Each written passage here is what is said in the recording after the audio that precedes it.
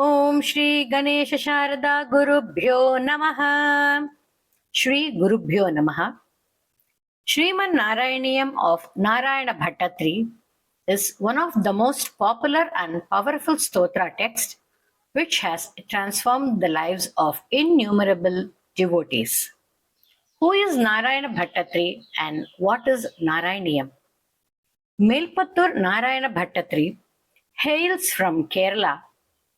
When he was 5 years old, he wrote a shloka praising Lord Krishna as his soul, friend, guide, and everything going on in past, present, and future. Everything is Krishna. Krishno rakshatu mam charachara guruhu Krishnam namasye sada कृष्णेनैव सुरक्षितोऽहमसकृत् कृष्णाय तत्तं मनः कृष्णादेव समृद्भवो मम विभो कृष्णस्य दासोऽस्म्यहम् कृष्णे भक्तिरचञ्चलास्तु भगवन् हे कृष्ण तुभ्यं नमः.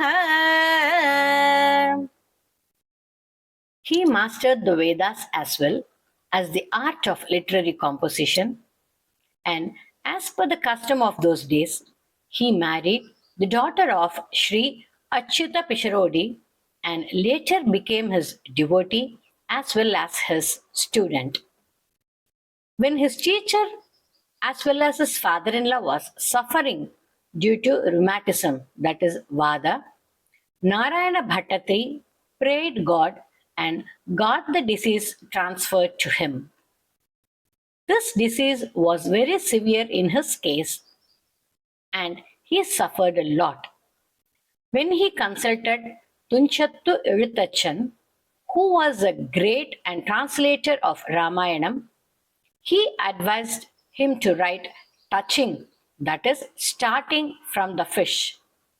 Bhattatri understood that this meant he has to write starting from the fish incarnation of Lord Vishnu. He then went to Guruvayur and started writing.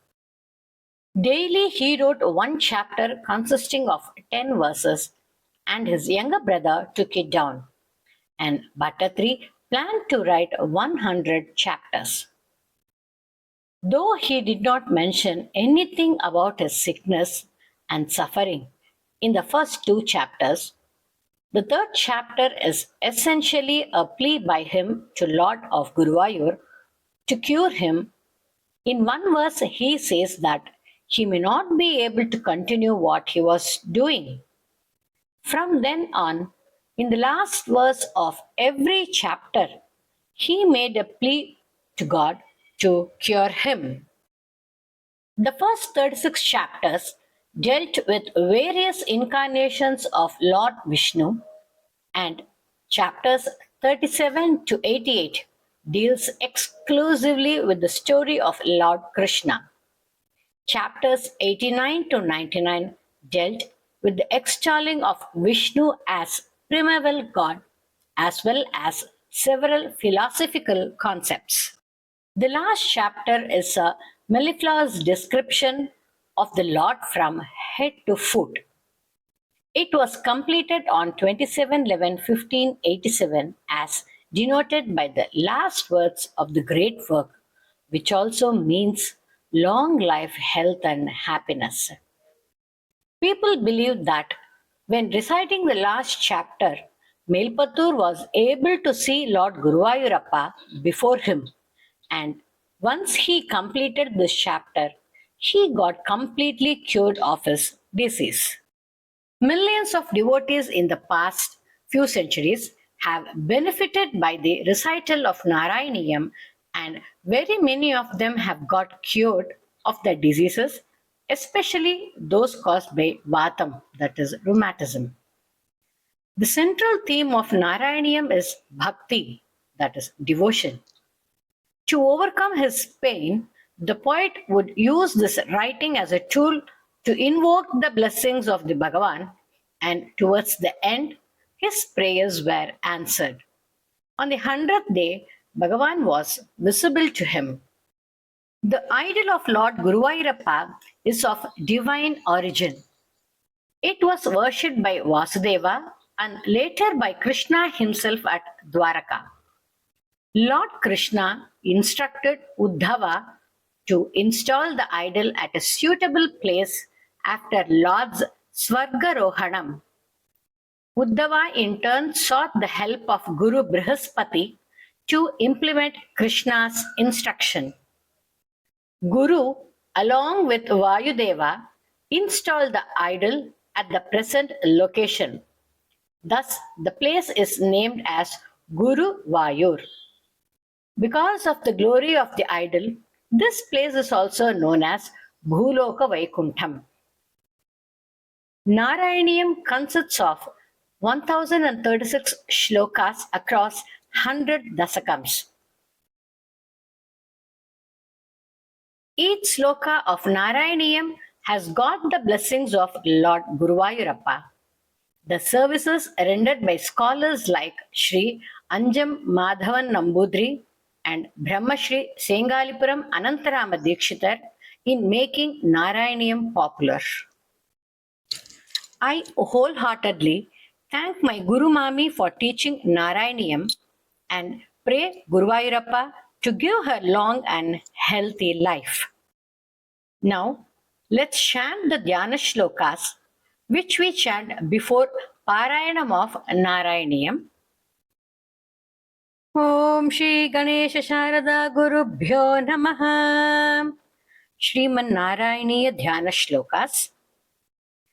Shuklam Baradaram Vishnum Sashivarnam Chaturbhujam Prasannavadanam Dhyayet Sarva Vignopashantaye Agajanana Padmarkam Gajananam Aharnisam Anekadantam Bhaktanam Ekadantam Upasmahe Sada Balarupapi Vignartihantri Mahadanti Vaktrapi Panchasya Manyam Vidintradi Mrikya Ganesha Pitame Vidattam Shriyam Kapi Kalyana Murtihi Shri Mahaganapataye Namaha.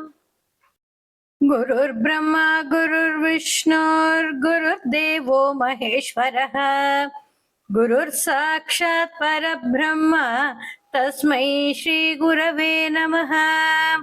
Asmad Guru Charana Ravindabhyam Namaha.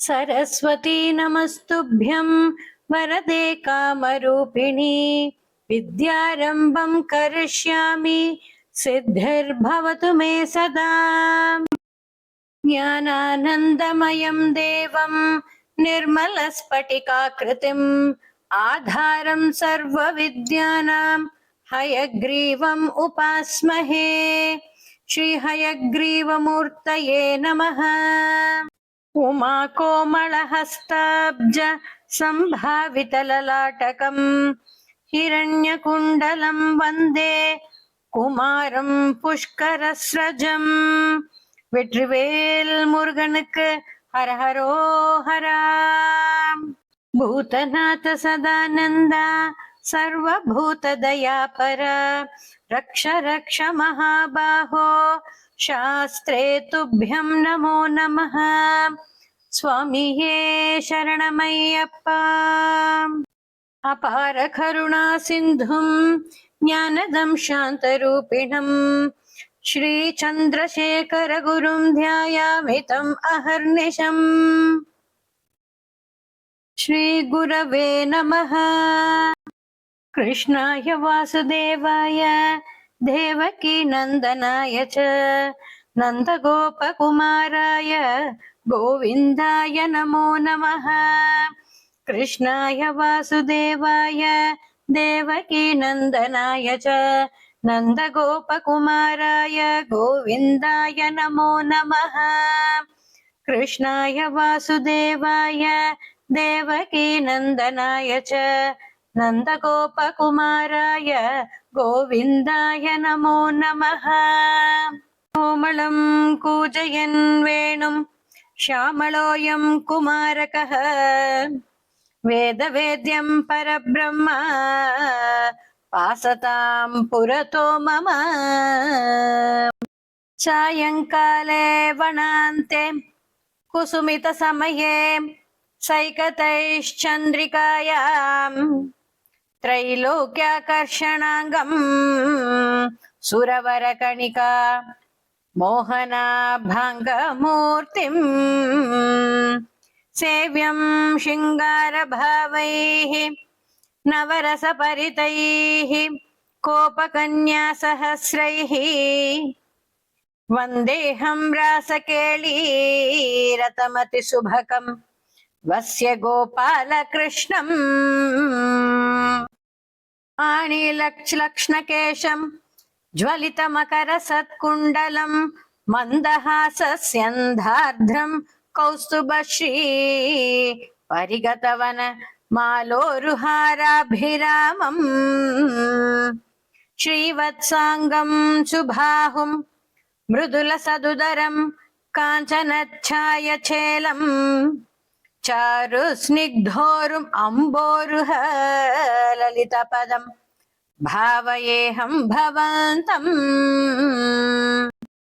Shrikrishna Govinda ಹರೇ ಮುರಾರೇ ಹೇ ನಾಥ ನಾರಾಯಣ ವಾಸುದೇವ ಶ್ರೀಕೃಷ್ಣ ಗೋವಿಂದ ಹರೇ ಮುರಾರೇ ಹೇ ನಾಥ ನಾರಾಯಣ ವಾಸುದೇವ ಶ್ರೀಕೃಷ್ಣ ಗೋವಿಂದ ಹರೇ ಮುರಾರೇ ಹೇ ನಾಥ ನಾರಾಯಣ ವಾಸುದೇವ ಗಂಗಾ ಗೀತಾ ಚ ಗಾಯತ್ರಿ ಅಭಿ ಚ ತುಳಸಿಕಾ ಗೋಪಿಕಾ ಚಂದನಂ ತತ್ ಚಾಲಗ್ರಾಮಾಭಿಪೂಜಾ ಪರಪುರುಷ ತಥಾ ಏಕಾದಶಿ ನಾಮ ವರ್ಣಾಃ ಏತಾನ್ಯಷ್ಟಾಭ್ಯಯತ್ನಾನಿ ಅಯಿ ಕಲಿಸಮಯೇ ತ್ವತ್ಪ್ರಸಾದ ಪ್ರವೃತ್ತ್ಯಾ ಕ್ಷಿಪ್ರಂ ಮುಕ್ತಿಪ್ರಧಾನಿತಿ ಅಭಿತದುರ್ ಋಷಯಸ್ತೇಷು ಮಾಂ ಸಜ್ಜಯೇತಾಃ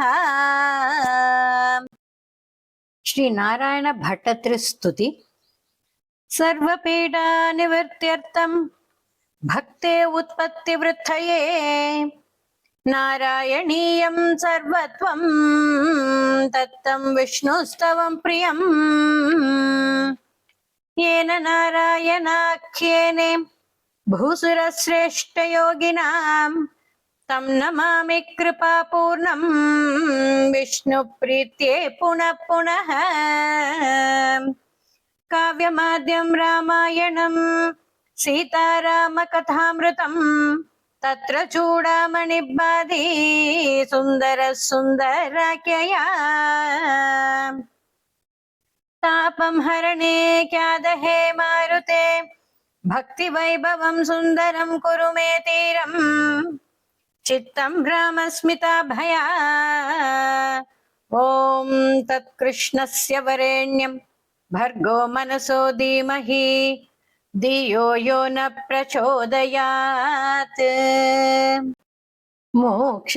ಮೋಕ್ಷಾಬ್ಧಿಸಾರಮಯ ಭಾಗವದಾಗ್ಯದಗ್ನೋ ನಾರಾಯಣೀಯ ನವನೀತ ಮಹೋ ಗೃಹೀತ್ವಾ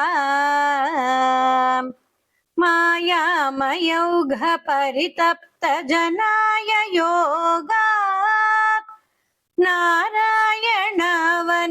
ನಾರಾಯಣವನಿಸುರಾಯ ನಮೋಸ್ತು ತಸ್ಮೈ ಪೀತಾಂಬರಂ ಕರವಿರಾಜಿತ ಶಂಖಚಕ್ರ ಕೌಮೋದಕಿ ಸರಸಿಜಂ ಕರುಣಾಸಮುದ್ರಂ ರಾಧಾ ಸಹಾಯಂ ಅತಿಸುಂದರ ಮಂದಹಾಸಂ ವಾತಾಲಯೇಶಂ ಅನಿಶಂ ಹೃತಿ ಭಾವಯಾಮಿ ನಾರಾಯಣ ನಾರಾಯಣ ನಾರಾಯಣ ನಾರಾಯಣ ನಾರಾಯಣ ನಾರಾಯಣ ನಾರಾಯಣ ನಾರಾಯಣ ನಾರಾಯಣ ನಾರಾಯಣ ನಾರಾಯಣ ನಾರಾಯಣ ನಾರಾಯಣ ನಾರಾಯಣ ನಾರಾಯಣ ಗುರುವಾಯೂರಪ್ಪ.